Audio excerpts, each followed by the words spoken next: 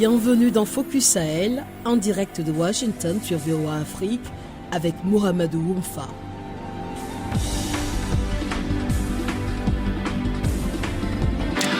Bonsoir à toutes et à tous, bienvenue dans Focus Sahel, l'émission qui vous offre une perspective unique sur la région. Chaque semaine, nous explorons les nombreuses facettes de la vie au Sahel. Au sommaire de cette édition, gros plan sur l'offensive des FAMA, forces armées maliennes, en direction de Kidal. Le 2 octobre, un important convoi des FAMA s'est mis en mouvement en direction de cette ville stratégique du Nord, bastion de la rébellion Touareg. À suivre le reportage de notre correspondant Mohamed Danyoko, notre invité analysera les implications et les possibles issues de cette opération. Nous irons ensuite dans le centre du Mali, précisément à Koro, une ville qui a accueilli un nombre important de personnes déplacées. Ce sera pour évoquer la réinsertion socio-économique des femmes déplacées, un reportage de Tidiani Ouedraogo. Le fait marquant de la semaine, c'est le début ce mardi du retrait des soldats français du Niger, une opération exigée par les militaires au pouvoir à Niamey et annoncée fin septembre par le président français Emmanuel Macron. L'un de nos affiliés nous donnera les nouvelles fraîches depuis Niamey. À découvrir enfin le festival Ma Ville en Peinture au Burkina Faso. Ce festival a pu se tenir la semaine dernière dans la capitale burkinabé en signe de résilience face à l'insécurité selon ses promoteurs. Merci de vous joindre à nous pour ce voyage de découverte et d'information dans le Sahel. Cette émission est diffusée sur nos stations FM, sur nos stations partenaires, sur voaafrique.com et en direct sur la page Facebook de VOA Afrique.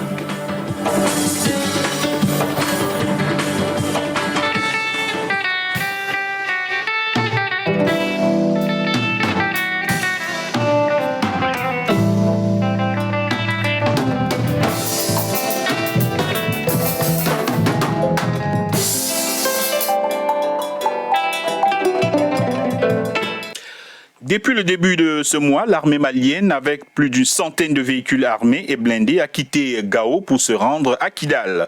Objectif, reprendre le contrôle de cette ville stratégique qu'elle a quittée depuis 2012. Comment analyser cette avancée vers Kidal et que pensent les ressortissants du Grand Nord de la recrudescence de la violence? Des éléments de réponse dans ce reportage de Mohamed Danyoko à Bamako. Auteur du livre Le Mali, des rébellions aux accords de paix, le docteur Ali Tounkara, chercheur et analyste des questions sécuritaires, explique les motivations de l'armée à reconquérir Kidal. On regarde un peu cette riée de l'armée malienne vers des localités qu'elle avait désertées depuis mai 2014. Cette attitude s'inscrirait dans un élan de légitimation de l'élite militaire au pouvoir. Avoir à la tête d'un État des officiers supérieurs et au même moment que des pans entiers des territoires soient sous le contrôle des mouvements armés, qu'ils soient signataires de l'accord ou pas, ou qu'ils soient même à la limite terroristes. Naturellement, c'est une sorte d'affront pour les militaires au pouvoir, d'où aujourd'hui, à la limite, cet engagement de l'armée irréversible à reconquérir l'ensemble des territoires, y compris des localités qui sont aujourd'hui sous l'emprise des groupes armés signataires de l'accord pour la paix et la réconciliation. L'accord de paix, dont la mise en œuvre a connu un grand retard depuis sa signature, risque de prendre un grand coup, pour ne pas dire disparaître avec cette phase. Quand on s'inscrit dans la logique de cessez-le-feu de mai 2014 entre mouvements armés anciennement sécessionnistes et armées régulières du Mali, une lecture pourrait laisser entendre que les localités qui étaient sous le contrôle de l'armée régulière devaient rester comme telles, de même également celles qui étaient sous les mouvements armés devaient rester comme telles. De cette lecture, on peut être amené à dire que l'armée malienne n'a pas occupé les localités qui sont entre les mains des mouvements armés. Mais lorsqu'on s'inscrit toujours dans une autre lecture, on se rend compte qu'il avait été prévu dans ces mêmes accords pour la paix et la réconciliation qu'une fois acté, que tous les mouvements armés acceptent de déposer les armes et de s'inscrire dans le processus de désarmement et même de réinsertion. Or, ce chapitre, comme important de l'accord pour la paix et la réconciliation, n'a pas été acté par les mouvements armés. Les ressortissants de la région de Taoudéni, lors d'une conférence, ont invité les partis à un cessez-le-feu et invité l'État à discuter avec les leaders des groupes terroristes. Créer les conditions de reprise du dialogue de façon à pouvoir négocier un cessez-le-feu préalable à toute action en faveur des populations. Créer une coordination des érudits pour amorcer d'éventuelles négociations avec les groupes djihadistes en s'inspirant d'exemples vécus dans la sous-région. Le ministre de la Réconciliation nationale, le colonel Ismaël Ouagui, a dit prendre bonne note des recommandations formulées et a promis, après étude de ces recommandations avec le reste du gouvernement, d'apporter les réponses qui s'imposent. Mohamed Danyoko pour VOA Afrique, Bamako. C'était dans le reportage de Mohamed Danyoko depuis Bamako. Mohamed Danyoko qui est en ligne avec nous. Salut Mohamed. Salut Oumfa, salut. Alors, on parle tout d'abord de ce convoi des forces armées maliennes en direction de Kidal. Est-ce qu'on sait à l'heure qu'il est où se trouve ce convoi? Est-ce que ce convoi fait face à des résistances? Écoutez, oui, le convoi a fait face à des résistances, notamment le 4, le 5 et le 6 pour la prise de Anefis. Et depuis lors, un communiqué en tout cas a été fait par la direction de l'information de l'armée, comme quoi Anefis est désormais sous contrôle. Et la dernière information que nous avons sur ce convoi, ou sinon sur la position de Kidal, c'est que ce 10 octobre, l'armée a de nouveau communiqué et, n'est-ce pas, dans ce communiqué, il est dit que le bataillon des forces armées reconstituées, qui était composé des forces armées maliennes, des combattants de la plateforme et de la SEMA, qui était sous sécurité de la MINUSMA, et que la composante FAMA et de la plateforme ont pu occuper le camp qu'occupait la MINUSMA. Actuellement, c'est l'information que nous Alors, dans votre reportage, Mohamed, vous évoquez une initiative des ressortissants de la région de Taoudéni qui militent pour la paix et une solution négociée. Qu'en est-il à ce jour? Que pensent-ils des risques d'enlisement pour les civils? Oui, ces populations, en tout cas ces ressortissants de Taoudéni qui sont à Bamako, pensent que le conflit s'est assez enlisé déjà parce qu'après 10 ans, ils pensent que c'est le cas. C'est pourquoi lors de cette conférence, ils sont allés ils ont fait beaucoup de recommandations, notamment de cesser le feu immédiat entre l'armée et les groupes armés. Ils ont demandé aux communautés de travailler à favoriser le vivre ensemble et ils sont allés jusqu'à demander aux gouvernants de négocier avec les chefs des groupes terroristes. L'objectif pour eux étant de mettre fin à ce conflit qui éprouve les Maliens et plus particulièrement les populations de la région de Taoudéni. Oui, rapidement pour terminer, Mohamed, est-ce que à Bamako, où vous vous trouvez, est-ce que dans la capitale, on ressent déjà les effets de cette guerre? Est-ce que cette guerre préoccupe vraiment les habitants de la capitale?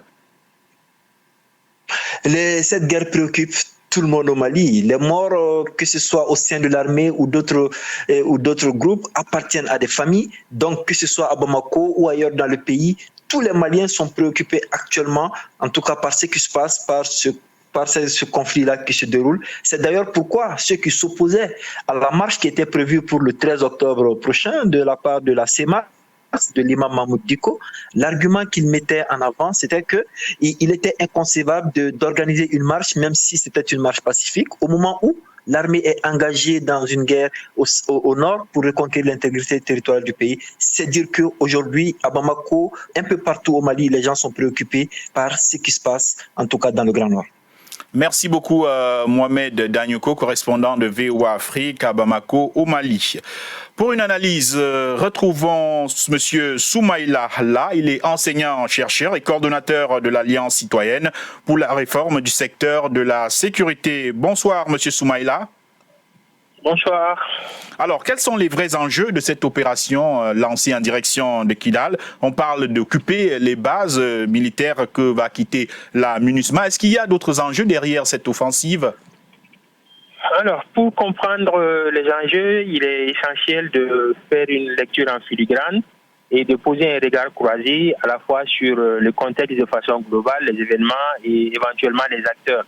Dès l'instant que l'accord pour la paix et la réconciliation issu du processus d'Alger à un moment donné a été suspendu par les partis en termes de mise en œuvre, et dès l'instant que le retrait de l'aménagement a été acté, il était évident que les partis en présence, c'est-à-dire l'État du Mali, les autorités actuelles et les groupes armés signataires de l'accord pour la paix et la réconciliation issu du processus d'Alger, entreraient en belligérance sur fond d'affirmation. Sur fond d'affirmation, pour Bamako, il aurait été inconcevable et pour les autorités et pour l'opinion qu'une autre entité que l'entité étatique, que les FAMA occupent les camps qui sont en train d'être rétrocédés par l'aménagement.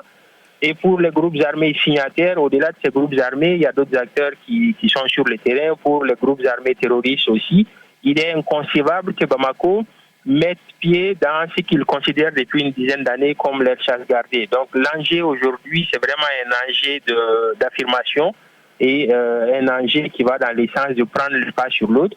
Et pour Bamako, l'enjeu est plus poussé que pour les groupes armés signataires parce que l'opinion ne comprendrait pas que les FAMA n'occupent pas de façon systématique les camps qui seront progressivement libérés par la MINUSMA. Alors, M. Soumaïla, Kidal se trouve à environ 300 km de Gao, d'où est parti le convoi des FAMA. Plus d'une semaine après, ce convoi n'est toujours pas arrivé. Comment analysez-vous cette progression? Elle est lente? Qu'est-ce qui se passe? Moi, je ne dirais pas qu'elle est lente. Le temps, vous savez, le temps de l'armée, le temps des militaires, surtout en période de guerre, n'est pas le temps du citoyen lambda. La guerre obéit à des logiques de stratégie, la guerre obéit à des logiques de terrain. Et je pense que tout ça est savamment calculé. L'objectif final, c'est Kidal. Mais entre-temps, il y a Tessalit et Aguelok qui doivent être rétrocédés. Et je pense que pour l'air, c'est un jeu de chaises musicales. Les partis sont dans une logique de jeu de chaises musicales. Et c'est celui qui va dégainer le plus vite qui va s'asseoir. Et aujourd'hui, je pense que le fait d'être dans une certaine lenteur en termes d'avancée, c'est stratégique. Et véritablement, l'objectif tout de suite, c'est pas Kidal. Kidal, c'est l'objectif final. L'objectif tout de suite, c'est de reprendre le contrôle du camp d'Aguelok. C'est ensuite de reprendre le contrôle du camp de Tessalit. Et en novembre, le tour de Kidal va arriver. Et c'est à partir de là, je pense que la véritable marche vers Kidal va être entonnée par les FAMA. Il s'agit donc, Soumaïla, là, d'une véritable guerre qui aura certainement des conséquences. Quelles seront les conséquences pour le Mali et peut-être pour toute la sous-région, le Sahel? Les conséquences sont à apprécier doublement. D'une part, elles peuvent être positives et d'autre part, elles peuvent prendre des connotations négatives. Elles peuvent être positives en ce sens qu'aujourd'hui, les FAMA arrivent en tout cas à progresser vers des zones dans lesquelles l'armée n'avait pas mis pied depuis une dizaine d'années, vers des zones dans lesquelles l'État n'a pas été présent depuis une dizaine d'années, voire plus. Et en cela, on peut dire que les conséquences peuvent être positives si la logique arrive jusqu'au bout. Parce que la crise, la guerre obéit à des logiques qui ne sont pas forcément des logiques politiques, qui ne sont pas forcément des logiques qui vont dans le sens, on va dire, de tel ou tel parti. C'est le terrain qui commande, comme les militaires eux-mêmes aiment le dire, et les choses changent très rapidement. Donc, il y a une logique qui a été amorcée et cette logique doit aller jusqu'au bout. Et si cette logique va jusqu'au bout, je pense que véritablement, ça peut être quelque chose de très positif dans les futures négociations. Maintenant, l'autre aspect, quand on fait de la prospective, et il y a plusieurs scénarios qui sont possibles, l'autre aspect, c'est qu'il y ait, on va dire, une espèce de connexion. Ça a déjà commencé entre les forces hostiles à la présence de l'État, notamment les groupes signataires de l'accord et les groupes terroristes. C'est quelque chose qui a eu lieu dans les temps, c'est quelque chose qu'on soupçonne aujourd'hui. Et ce type d'alliance n'est pas de nature à favoriser le retour de l'administration dans les localités.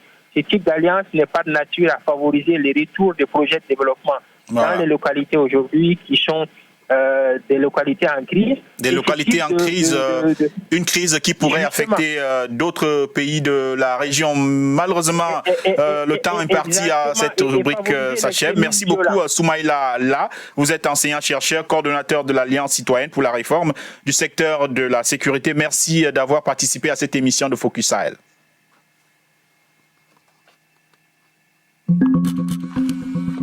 Le Sahel, une région à la croisée des chemins. Focus Sahel, votre nouvelle émission sur VOA Afrique. Crise sécuritaire, montée de l'extrémisme et déplacement de populations à influence étrangère, VOA Afrique braque ses projecteurs sur la bande sahélo-saharienne pour vous aider à comprendre les enjeux qui sévissent dans cette région et les événements qui rythment la vie de ces pays.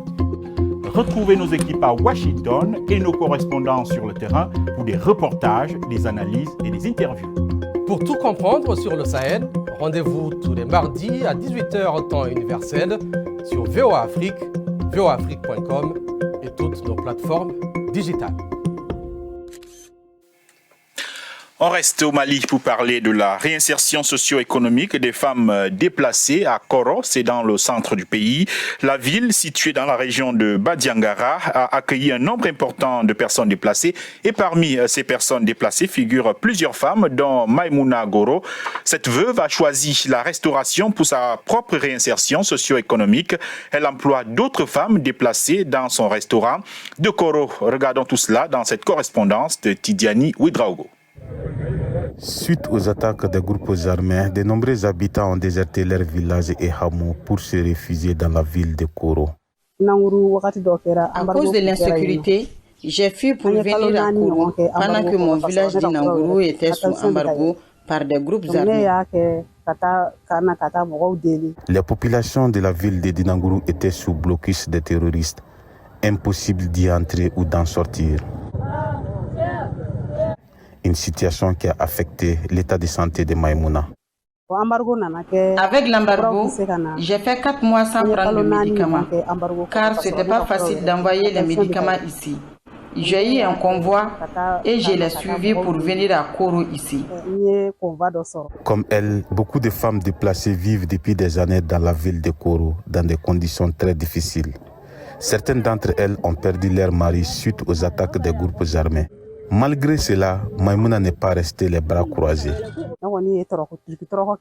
J'ai ouvert mon restaurant. Je vends du riz, du haricot, du thon aussi. Le marché est bon, surtout les jours de foire de Koro. Dans le cadre de la réinsertion socio-économique et pour aider à la stabilité des foyers, des organisations humanitaires appuient les femmes déplacées dans la ville de Koro. Djenebou Ongoiba est une bénéficiaire. Grâce à l'appui que j'ai bénéficié, j'ai pu acheter un congélateur. Je produis de la glace et d'autres femmes déplacées et revendeurs de la glace profitent aussi. Malgré l'amélioration de sa situation socio-économique, Maïmouna n'oublie pas les bons moments passés avec son mari, décédé suite à l'embargo. Mon mari était malade et nous étions sous embargo. Évacué à Sévaré, il est décédé 2 semaines après son évacuation. Chaque fois que je suis seule, je n'arrête pas de penser à lui. L'exemple de réussite de cette restauratrice inspire d'autres filles déplacées qui viennent apprendre le métier de la restauration. Pendant les jours de foire de Koro, les restaurants de Maïmouna ne désemplit pas. Chaque fois que je suis à Koro, je mange dans ce restaurant. Elle fait des plats délicieux. Malgré tout, elle prie pour le retour de la paix et de la cohésion sociale pour que toutes les femmes puissent relancer les activités génératrices de revenus dans les centres du pays. Tidjani Ouedraogo pour VOA Afrique, Koro.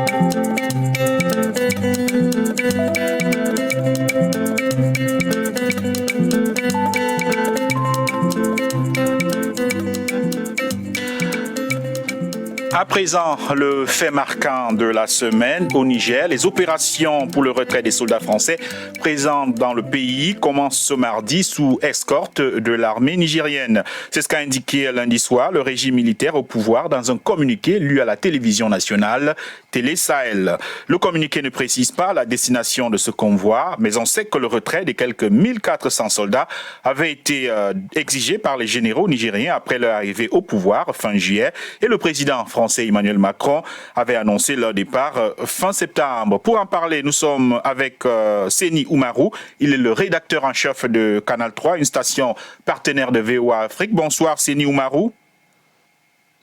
Bonsoir, c'est Seni Amadou. Seni Amadou plutôt, merci. Alors, le retrait des soldats français doit débuter aujourd'hui. Est-ce que ce retrait a effectivement commencé? Qu'est-ce qui se passe là-bas?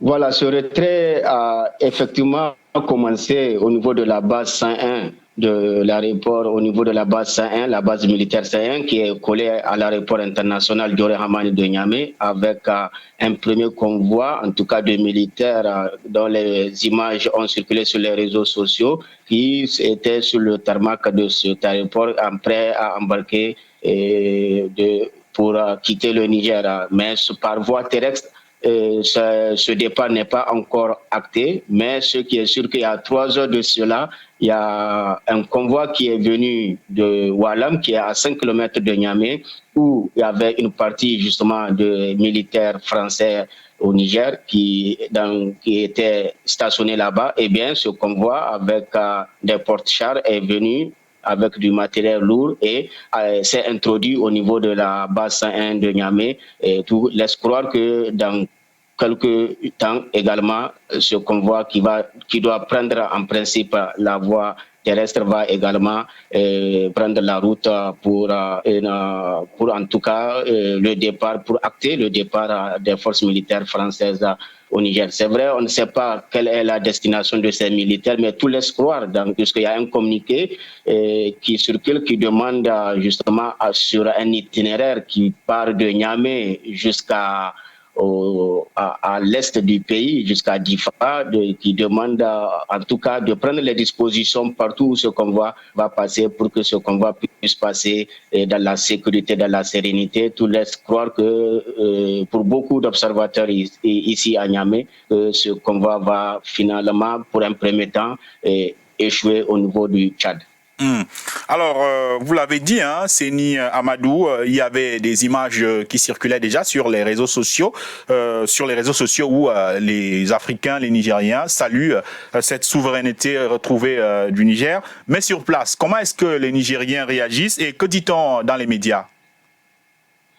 Sur place, en tout cas en face de la base 101, donc où déjà Canal 3 avait tout à l'heure une équipe qui est revenue il y a 30 minutes de cela au niveau de cette base, eh bien, c'est toujours à la mobilisation, c'est un ouf de soulagement puisque vous savez, ça fait pratiquement plus d'1 mois, voire 2 mois que des Nigériens sont en train de camper au niveau de cette place pour exiger le départ des Français et que les premières images qui ont circulé sur les réseaux sociaux ont vraiment amené un ouf de soulagement au niveau de cette population qui est fière d'avoir contribué à ce départ à travers sa mobilisation, son sursaut patriotique, mais toujours est-il que cette population reste encore très vigilante par rapport à ce départ des troupes françaises, vu les conditions dans lesquelles ce départ est en train d'être effectué. Tout ce qu'il y a eu en prélude à ce départ, donc c'est un double sentiment au niveau de la population de fierté de voir enfin acter le départ des troupes françaises, mais également de vigilance puisque aujourd'hui, comme on le dit souvent, la nature a horreur du vide. On ne sait pas qu'est-ce qui va se passer après ce départ, comment cette situation va évoluer dans les jours à venir par rapport au vide que les troupes françaises vont tout compte fait laisser, mais le sentiment de satisfaction... Le sentiment est donc mitigé, comme vous l'avez dit. Merci beaucoup, Seni Amadou. On va continuer à suivre tout cela sur VOA Afrique et sur Canal 3, notre station partenaire. Merci. Je rappelle que vous êtes le rédacteur en chef de Canal 3 au Niger.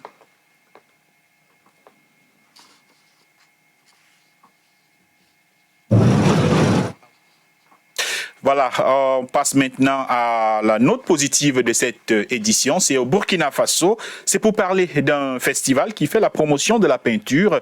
Il est dénommé Ma Ville en Peinture. Le festival s'est tenu la semaine dernière dans la capitale burkinabé. Cette année, Ma Ville en Peinture a su se tenir sous le signe de la résilience face à l'insécurité, selon les promoteurs de Ouagadougou, notre correspondant Lamine Traoré. À Ouagadougou, nous sommes au quartier Padoua. Ici, des peintres d'un jour.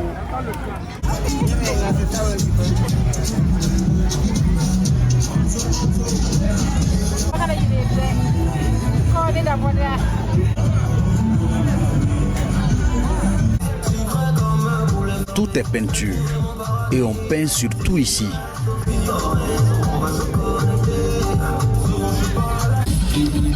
Même les enfants sont de la partie. Nous sommes au festival Ma Ville en Peinture.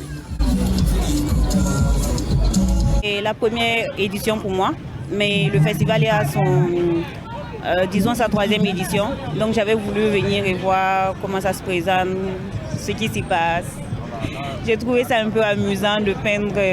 Nous sommes des profanes, nous ne savons pas du tout comment ça se passe. Il y a le premier contexte qui permet aux différents participants de s'échapper un peu, d'oublier un peu leur réalité et de se retrouver aussi si possible. Des toiles à perte de vue.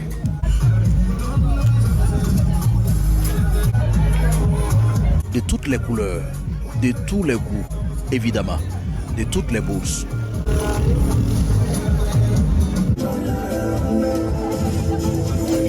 Même Thomas Sankara est reproduit ici par ce peintre. Je trouve ce festival très enrichissant et je trouve depuis le début de ce festival, c'est un échange avec la population. L'art, c'est une forme d'expression, donc une forme de vie. Donc ça illustre bien la résilience et que voilà, le pays est en vie et effectivement il y a peut-être une réalité politique, mais au final, à regarder autour de soi, c'est la vie et tout. Des festivaliers se lancent même dans des ventes aux enchères. Donc ce tableau est mien après avoir déboursé la maudite somme, la faramineuse somme de 75 000 francs CFA. Voilà, on va demander... Pour la promotrice, Adjaratou Ouedraogo, il fallait nécessairement organiser ce festival, et ce, malgré le contexte difficile. Quand je dis je suis peintre, il y a beaucoup qui me demandent ces peintures, bâtiments. Je me suis dit bon, je pense que c'est à moi d'amener mon art vers la population, c'est à moi d'amener mon art vers le public. Donc j'ai commencé à m'installer dans les rues, dans les marchés, à me mettre à peindre. La situation qu'on vit, c'est pas évident. C'est compliqué, comme on le dit, les gens se cherchent. Mais malgré ça, on se dit qu'on ne va pas baisser les bras. On a besoin de la paix parce que là, on est un peu bloqué parce qu'on n'arrive pas à voyager. Il y a beaucoup de choses qui font que ça bloque. Donc le souhait, c'est vraiment d'avoir la paix. Ma Ville en Peinture était à sa 3e édition et la promotrice compte décentraliser l'événement dans les autres localités du pays pour continuer à partager les messages de paix et de cohésion dans ce contexte d'insécurité marqué par le terrorisme. Lamine Traoré pour VOA Afrique, Ouagadougou.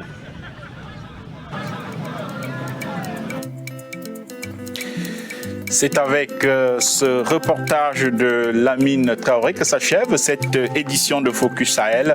Merci au public qui nous a accompagnés dans ce voyage au Sahel. Merci également à nos invités qui ont partagé avec nous leur expertise et leur point de vue.